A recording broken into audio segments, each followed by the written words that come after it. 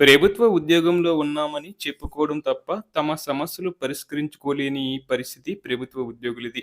దేశంలో ఎక్కడైనా కేంద్ర ప్రభుత్వ ఉద్యోగులతో పాటు రాష్ట్ర ప్రభుత్వ ఉద్యోగులు, పింఛన్దారులకు ఇదే సమస్యలు ఉన్నాయి. తమకు సంబంధించిన కరువు భత్యం, పీఆర్సీ, హెల్త్ కార్డుల కోసం పోరాటం చేయవలసి వస్తుంది. తాజాగా ఏపీ ప్రభుత్వ ఉద్యోగులు ప్రభుత్వంపై పరోక్షంగా ఆగ్రహం వ్యక్తం చేశారు. తమ సమస్యలు వెంటనే పరిష్కరించాలని డిమాండ్ చేశారు. పశ్చిమ గోదావరి జిల్లా సంఘం ఆడహక్కు కమిటీని బుధవారం భీమవరంలో ఏర్పాటు చేశారు. ఈ సందర్భంగా ఏపీ ఎన్జీఓ సంఘం రాష్ట్ర అధ్యక్షుడు ఏ విద్యాసాగర్ కీలక ప్రసంగం చేశారు. కూటమి ప్రభుత్వం తమ సమస్యలపై స్పందించడం లేదని పరోక్షంగా వ్యాఖ్యలు చేశారు. డీఏతో పాటు పీఆర్సీ, హెల్త్ కార్డుల సమస్యలు పరిష్కరించాలని డిమాండ్ చేశారు.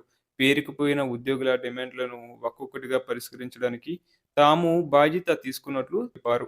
కూటమి ప్రభుత్వం వచ్చాక జీపీఎఫ్, ఏపీజీఎల్ఐ రిటైర్డ్ అయిన ఉద్యోగులకు సుమారు 11,000 కోట్లు బకాయిలు ఇప్పించినట్లు వెల్లడించారు. అలాగే సిపిఎస్ ఉద్యోగులకు పెండింగ్ బకాయిలు సుమారు 3,200 కోట్లు ప్రాన్ అకౌంట్స్ లో జమ చేసేలా కృషి చేసినట్లు ఏపీ ఎన్జీఓ సంఘం రాష్ట్ర అధ్యక్షుడు విద్యాసాగర్ తెలిపారు.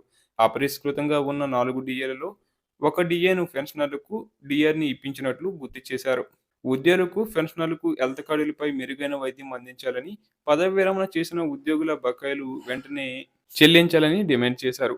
మిగిలిన కాంట్రాక్ట్ ఉద్యోగులు 7,000 మందిని రెగ్యులరైజ్ చేయాలని ఏపీ ఎన్జీఓ సంఘ రాష్ట్ర అధ్యక్షుడు విద్యాసాగర్ కోరారు. 12వ వేతన సవరణ సంఘం కమిటీ ఏర్పాటు చేయాలని, పెండింగ్ డిఏలు తక్షణమే మంజూరు చేయాలని డిమాండ్ చేశారు. ఉద్యోగ, ఉపాధ్యాయులు, పెన్షనర్లు మెడికల్ రీయింబర్స్మెంట్ విధానం అమలు చేస్తున్నారని, హెల్త్ కార్డ్స్ సరిగ్గా వినియోగంలోకి రాకపోవడంతో తాము తీవ్రంగా నష్టపోతున్నట్లు వాపోయారు. 2004కు ముందు నియమితులైన ఉద్యోగులను పాత పెన్షన్ విధానం కొనసాగించే విషయం ముఖ్యమంత్రి దృష్టికి తీసుకెళ్లినట్లు ఏపీ ఎన్జీఓ సంఘం రాష్ట్ర అధ్యక్షుడు తెలిపారు. అలాగే కాంట్రాక్ట్ ఉద్యోగులను క్రమబద్ధీకరణ చేయాలని, గ్రామ, వార్డు, సచివాలయ ఉద్యోగులకు నేషనల్ ఇంక్రిమెంట్లు ఇవ్వాలని, పెన్షనర్లకు గత ప్రభుత్వం తొలగించిన అడిషనల్ క్వాంటమ్ ఆఫ్ పెన్షన్ పునరుద్ధరణ చేయాలని విజ్ఞప్తి చేశారు. అవుట్ సోర్సింగ్ ఉద్యోగులకు హెచ్ఆర్ పాలసీని అమలు చేయాలని కోరారు.